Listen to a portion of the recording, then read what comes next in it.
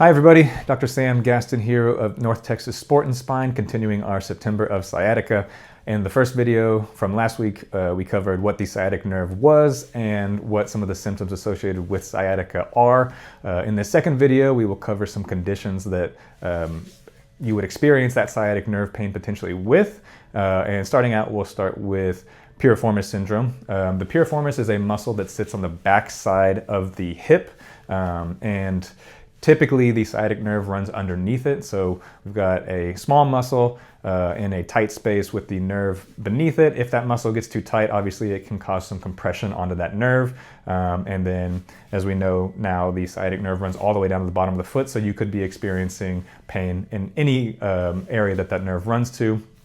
In 15% of the population, the sciatic nerve actually pierces through the piriformis. So in that population, you can see how any extra tension on that muscle is going to be a major problem.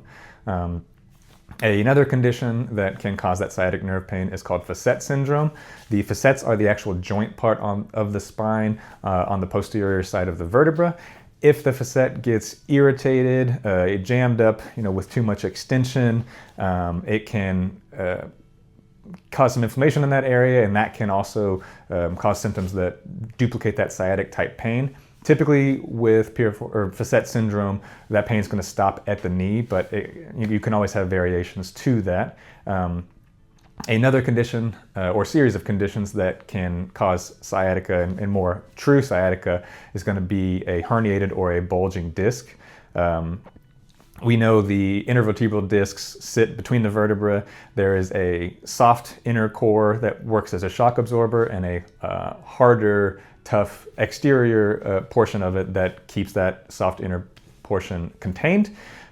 If there's degeneration or enough compression over time, sometimes that inner portion can push out hard against the outer portion, and that can cause a disc bulge. That obviously takes up more space in an area where there isn't a lot of extra room. And we know that there's nerve roots leaving the spine right in that area. So the bulge there is going to potentially put compression onto that nerve root. That nerve root is going to form the sciatic nerve, and you can see how that's going to end up with that sciatic nerve type pain. A disc herniation is where that soft inner portion actually punches through the exterior portion that's supposed to contain it.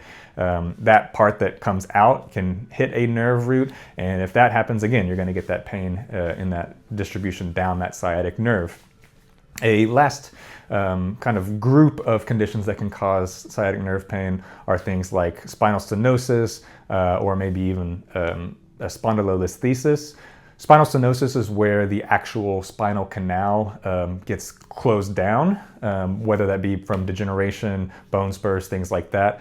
This is a serious problem because we're talking about the spinal cord itself, and if you ever see somebody who has that sciatic nerve type pain into both legs, that makes you concerned as a provider for the potential for spinal stenosis there.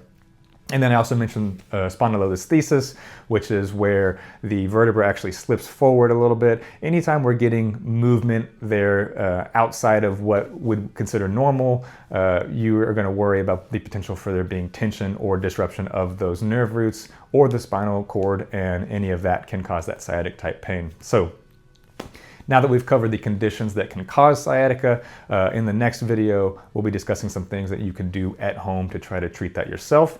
And then in the final video, we'll discuss what you would get done if you came to the chiropractor to try to treat that condition if it hasn't resolved by what you've done on your own.